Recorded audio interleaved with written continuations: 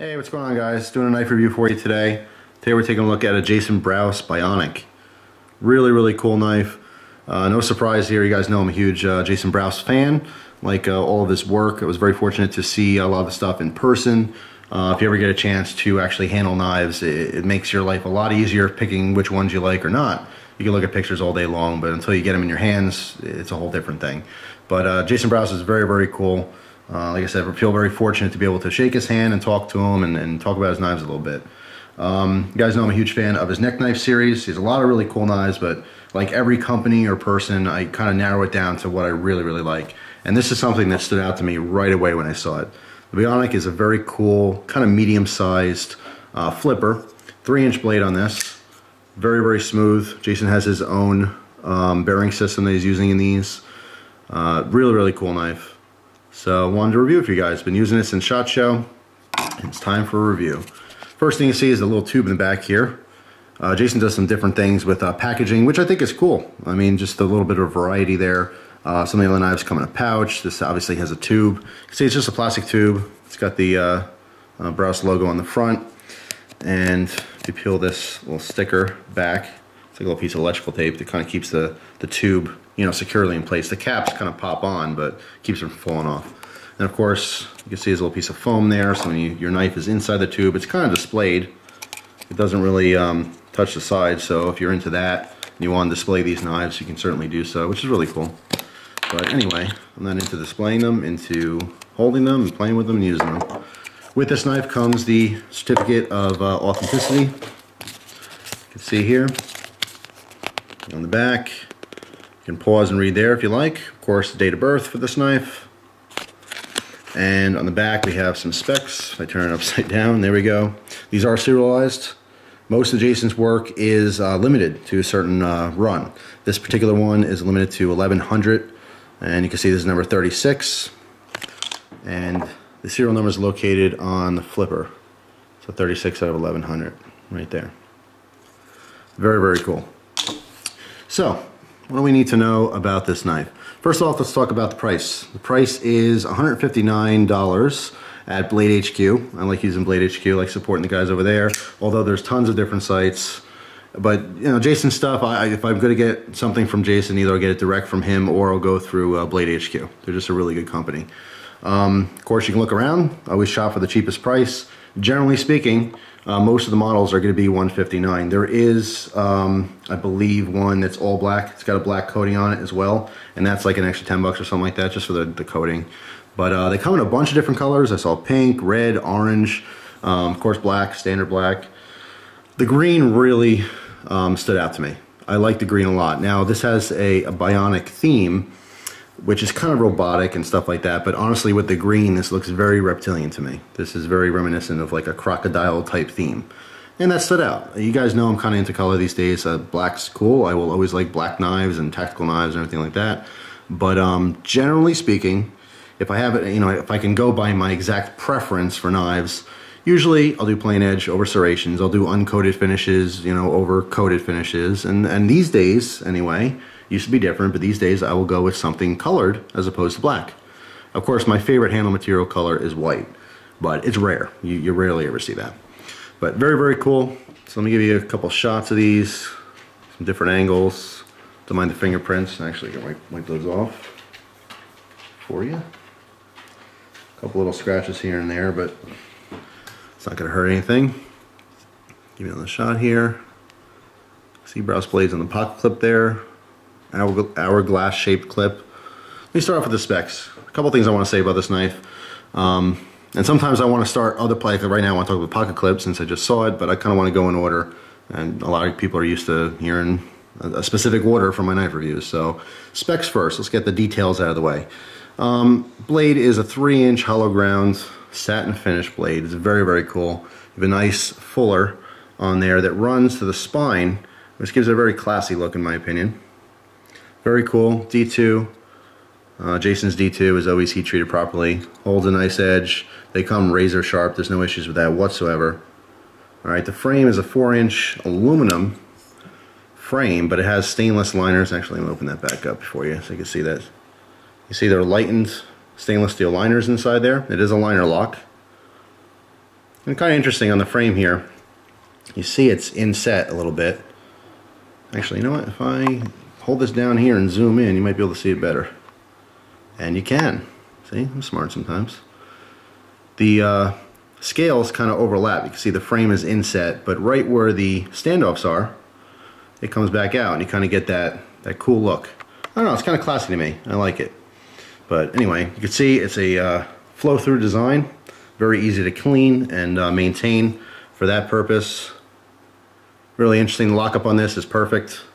No issues at all. When I got it, it was perfectly well done. I mean, the lineup with the tang and the liner lock is very nice, and since using it, hasn't moved one bit. No blade play, left, right, up and down. It's absolutely perfect. You can see on the back here, there's a little bit of a permanent marker there, and that's where the lockup is. And it's actually not a bad idea to do this with any one of your knives. Put a little dab of permanent marker on there, and you can see exactly where your lockup is because it'll rub it off. So you can see where the lockup is there for the liner. It's an interesting little thing. Obviously you can see it's a flipper design. With the bearing system in here, it's very, very smooth. It was perfectly fine when I got it from Jason, but I did clean it out anyway and put my own lubricant in there. I happen to use Militech 1 this time. I use Tough Glide all the time. That's kind of my preferred one, but don't know why. I grabbed the Militech 1 and it's still nice and smooth. Works beautifully. Even though it's a flipper design on this knife, you don't have to use the flipper, okay? And that's something I like about this. Sometimes when you see flippers, or flipper folders, you don't get thumb studs, and sometimes you don't get any other way, any other option to open this knife. By putting this fuller in here, okay, which its real purpose is to lighten the blade weight a little bit, but it also acts as kind of a almost like a nail nick. But because it's wider, it's a little bit harder up here. The closer to the pivot you are, the harder it's going to be to push that out. But if you grab down here, it's very easy, okay, for the meat of your finger, your thumb, to grip into that groove and use it like a nail nick or a thumb stud. All right, so you can use the flipper, obviously, to open it, or you don't have to do that. You can kind of grab down here and open nice and slowly if you choose to do so, or if you just maybe don't like flippers that much. But the options are good. So it's not just aesthetics, it's not just for the purpose of reducing the weight of the blade, it's actually an opening mechanism once, in addition to that. Very, very cool. Speaking of weight, the whole thing weighs 2.5 ounces. It's actually very, very light. Sometimes knives feel a little bit heavier than they are, or they'll feel a bit lighter than their actual weight. This one's 2.5 ounces, which is light, but it feels lighter to me. It's a very, very light knife.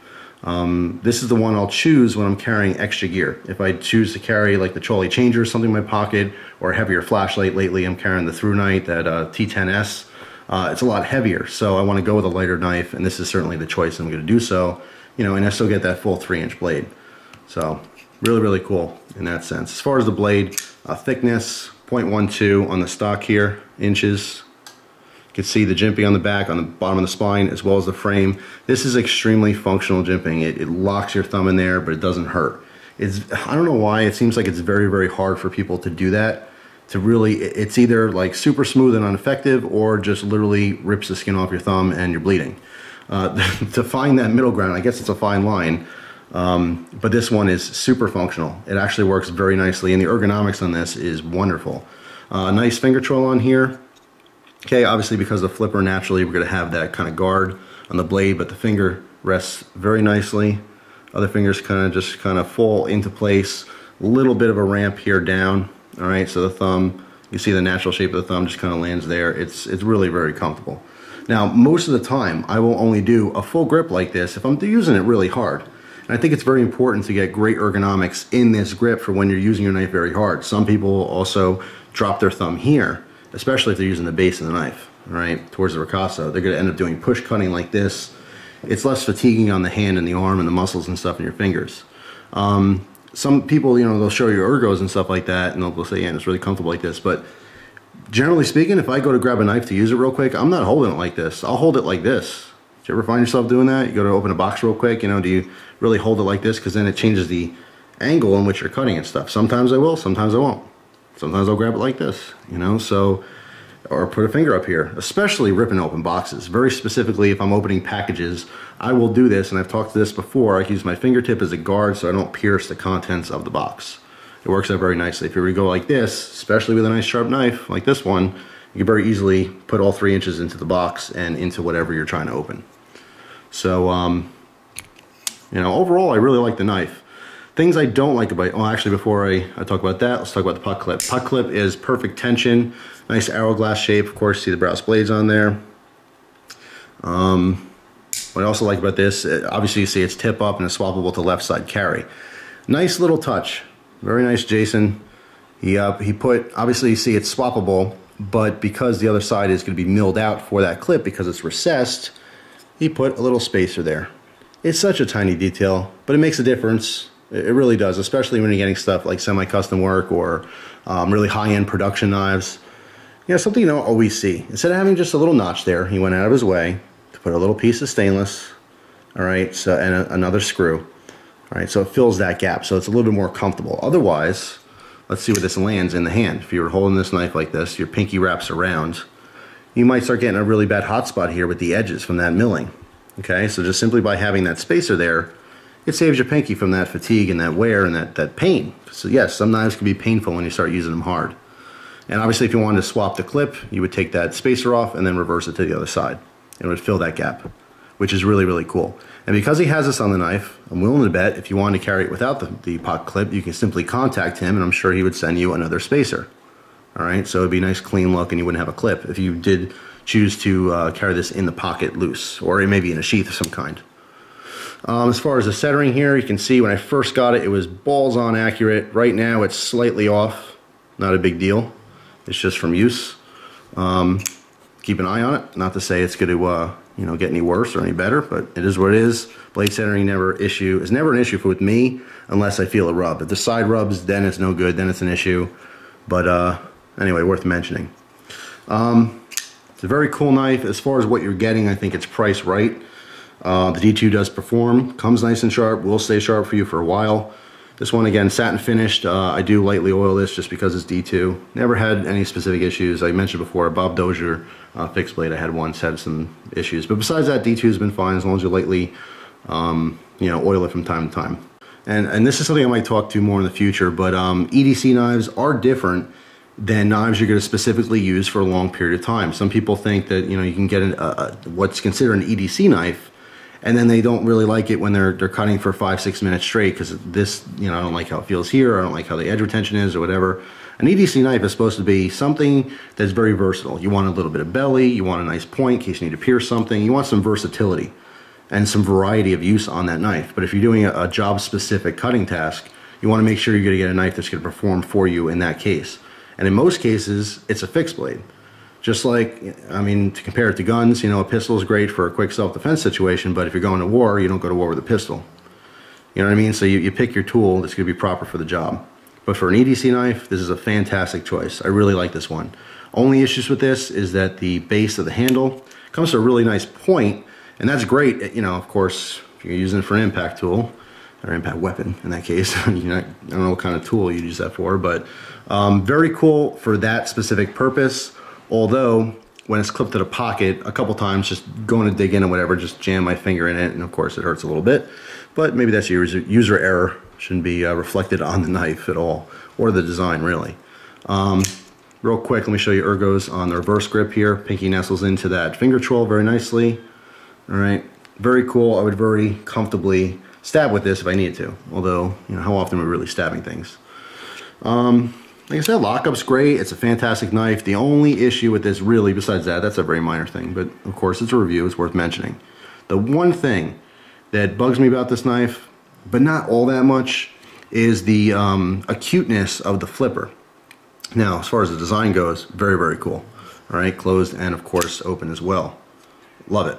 But when I first got this and I first started using it, of course, with any knife, if there's little quinky dinky things that you don't like about them, sometimes with use it's no big deal. Right now it's no big deal to me. But when I first got this, I had to accustom myself to using this particular flipper because it's a little bit more acute. It's a little bit more pointy, okay, than a lot of them out there.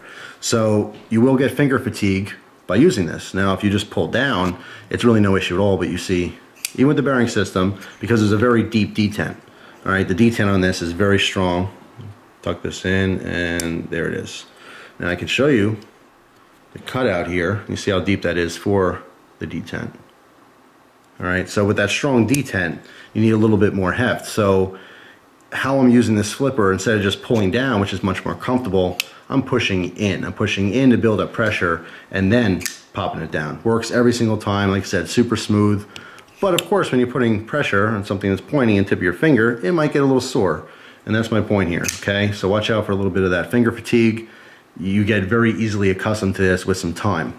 But at first, you know, be aware of that, something you may experience as well. So that's pretty much it. I am a huge fan of this. This is definitely a fantastic knife and a great choice for an EDC blade. If you guys are looking for it, if you're in the market for one, if the price range is, you know, around what you're looking to spend, it's worth checking out. Definitely. So that's it. That's my review on the Jason Brous Bionic. It's very cool. Pretty much every color, like I said, you know, that would accommodate your specific wants. But there's nothing wrong with a plain Jane black one. You know, black and satin blade looks very cool too. But that's it. Thanks for your time. Hope you guys have a great day. Thank you very much for watching, and I'll see you soon. Take care.